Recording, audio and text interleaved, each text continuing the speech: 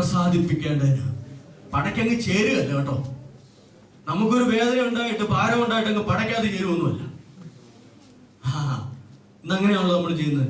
നമുക്കൊരു ഭാരം ഉണ്ടായി നമ്മളങ്ങ് വേലക്കാരായിട്ട് തീരുക. അങ്ങനെയല്ല. ദൈവം ആക്കുക, ദൈവം ആക്കുക. ദൈവം ആക്കാതെ ഈ പണിക്ക് പോകരുത്. ദൈവം ആക്കാതെ നമ്മൾ വേലക്കാരാകരുത്.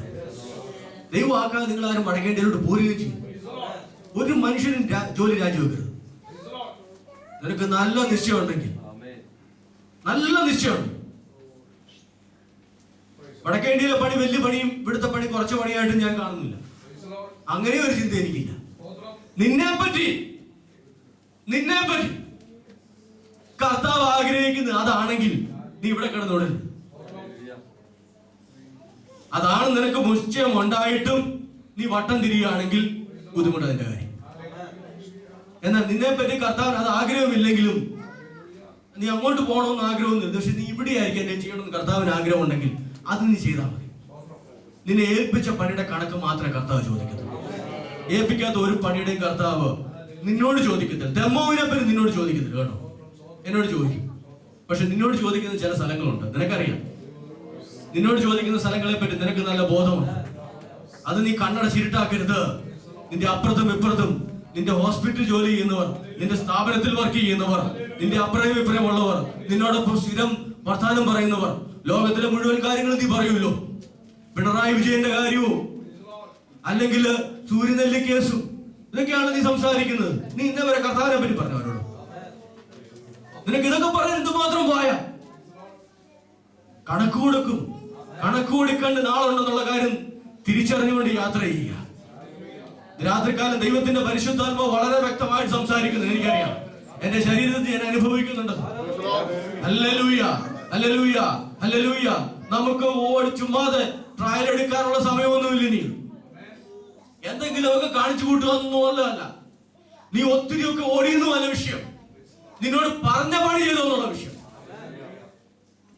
നീ എനിക്ക് തന്ന പണി ഞാൻ തികച്ചു കർത്താവേ. നീ എനിക്ക് തന്നത് മാത്രം, അതിനുള്ള സമയമുള്ളൂ കേട്ടോ.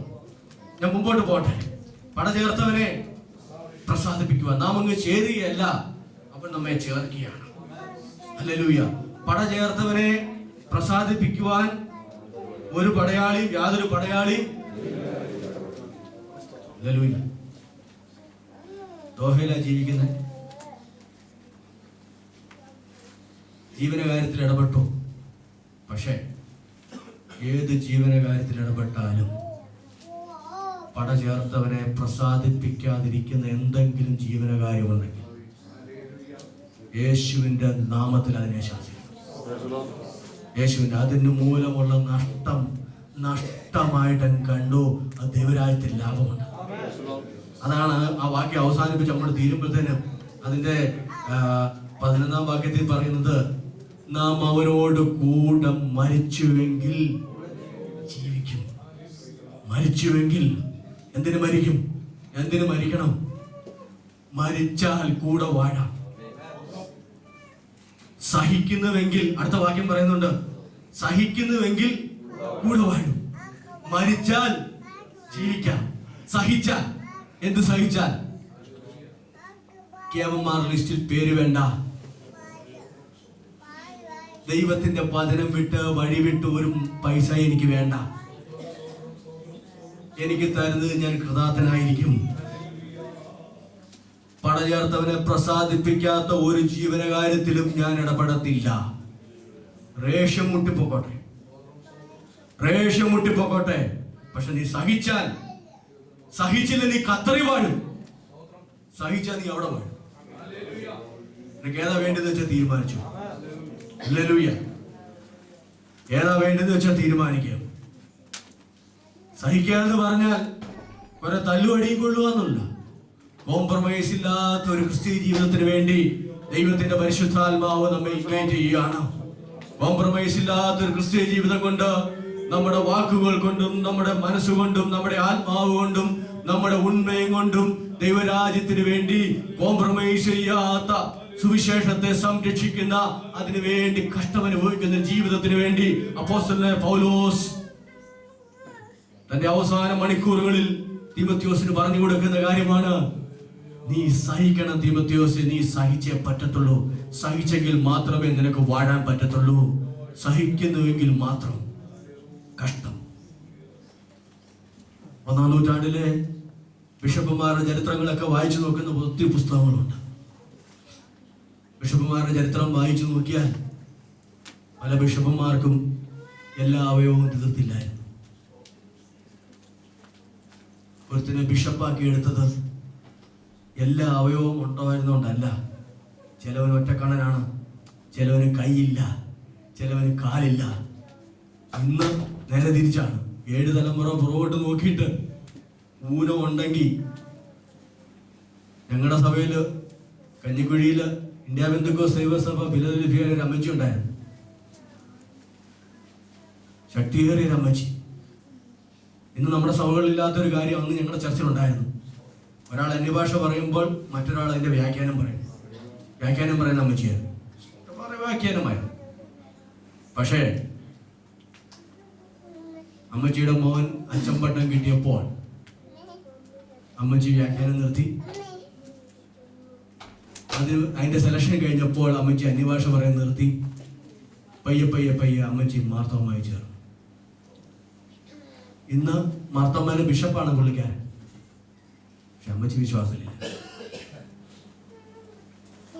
1-ാം നൂറ്റാണ്ടിലെ വിശുദ്ധന്മാർ, ദൈവസഭയെ നയിച്ച ധീരന്മാരെന്ന് പറയുന്നത് പല ദൈവദാസന്മാരുടെ ചരിത്രം നോക്കിയാൽ, പല ദൈവദാസന്മാരെ നോക്കിയാൽ കാലില്ലാത്തവനും 2 കണ്ണും പൊട്ടന്മാരും, മാൽന്യൂട്രീഷൻ കൊണ്ടൊന്നുമല്ല കേട്ടോ, അതൊന്നും ചിന്തിക്കരുത്.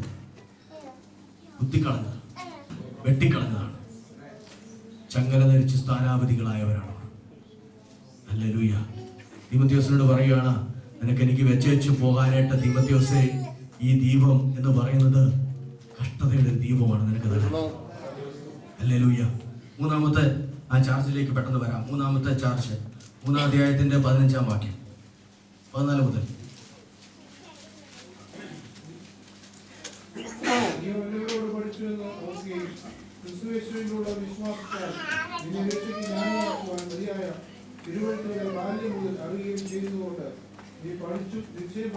നീ പഠിച്ചും നിശ്ചയം പ്രാപിച്ചിരിക്കുന്നതിൽ നിലനിൽക്കുക. മതി. നീ പഠിച്ചും നിശ്ചയം പ്രാപിച്ചിരിക്കുന്നതിൽ നിലനിൽക്കുക. You continue in gospel. Timothy, you must guard the gospel. You must suffer for the gospel. You must continue in gospel. കഷ്ടത വരുമ്പോൾ, നിരാശ വരുമ്പോൾ, റിസൾട്ട് ഇല്ലാതെ വരുമ്പോൾ, ഒരു മലേറിയ അങ്ങോട്ട് കഴിഞ്ഞ് കഴിയുമ്പോൾ അടുത്ത മഞ്ഞപ്പിത്തം വരും. മഞ്ഞപ്പിത്തം കഴിഞ്ഞ ഉടനെ ടൈഫോയിഡ്. ഇട്ടേച്ച് പോകണമോ നിൽക്കണോ?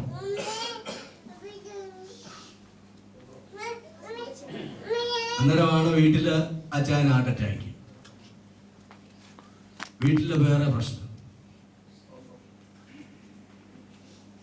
നീ പഠിച്ചും നിശ്ചയം പ്രാപിച്ചു ഇരിക്കുന്നതിൽ നിലനിൽക്കണം. നിലനിൽക്കണമെങ്കിൽ ആവേശം കൊണ്ട് നിലനിൽക്കത്തില്ല. ആവേശം കൊണ്ട് നിലനിൽക്കത്തില്ല. നിലനിൽക്കണമെങ്കിൽ പഠിക്കണം. എപ്പം തൊട്ട് പഠിക്കണം? ബാല്യം മുതൽ. ഈ സമയമൊക്കെ എൻ്റെ ബാല്യം മുതൽ എൻ്റെ ദൈവവചനം പഠിപ്പിച്ച ഒത്തിരി ആൾക്കാരുണ്ട്. സൺഡേ സ്കൂൾ അധ്യാപകന്മാരെ ഓർത്ത് ഞാൻ ദൈവത്തെ സ്തുതിക്കുന്നു. നിങ്ങൾ വലിയ ശുശ്രൂഷയാണ് ചെയ്യുന്നത്. ഒരു ഒരുപാടുമില്ലാത്ത ശുശ്രൂഷയാണത്. ആരും അംഗീകരിക്കത്തൊന്നുമില്ല, ആർക്കും മനസ്സിലാകത്തുമില്ല. എന്തിനാ രാവിലെ വന്ന് പായിട്ട് പിള്ളേരുമായിട്ട് ഇങ്ങനെ കഥ പറഞ്ഞിരിക്കുന്നത്?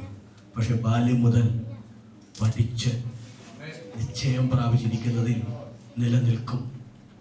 തീമോഥെയോസേ, നീ നിലനിൽക്കുന്നതിന്റെ കാര്യം എന്താണെന്ന് അറിയാമോ? ഇത്രയും പ്രതിസന്ധി വന്നിട്ടും നീ നിലനിൽക്കുന്നതിന്റെ കാര്യം എന്താണെന്ന് അറിയാമോ? നിന്റെ ആവേശമൊന്നുമല്ല, നിന്റെ അമ്മ, നിന്റെ വല്യമ്മ. ഹല്ലേലൂയ. തീമോഥെയോസിന് എഴുതുന്ന ലേഖനം തുടങ്ങുമ്പോൾ പറയുന്നത്, ഞാൻ നിന്നെ ഓർത്ത് ദൈവത്തെ സ്തുതിക്കുന്നു, നിന്റെ കണ്ണീർ ഓർത്ത്. ഹല്ലേലൂയ. ആ വിശ്വാസം നിന്നിലും നിന്റെ അമ്മയിലും വല്യമ്മയിലും ഒക്കെ ഉണ്ടായിരുന്നു. ഹല്ലേലൂയ. ഒരു ജനറേഷനെ ഒരുക്കുന്ന ശുശ്രൂഷയാണ് സൺഡേ സ്കൂൾ ചെയ്യുന്ന ദൈവമക്കളെ നാം ചെയ്തുകൊണ്ടിരിക്കുന്നത്.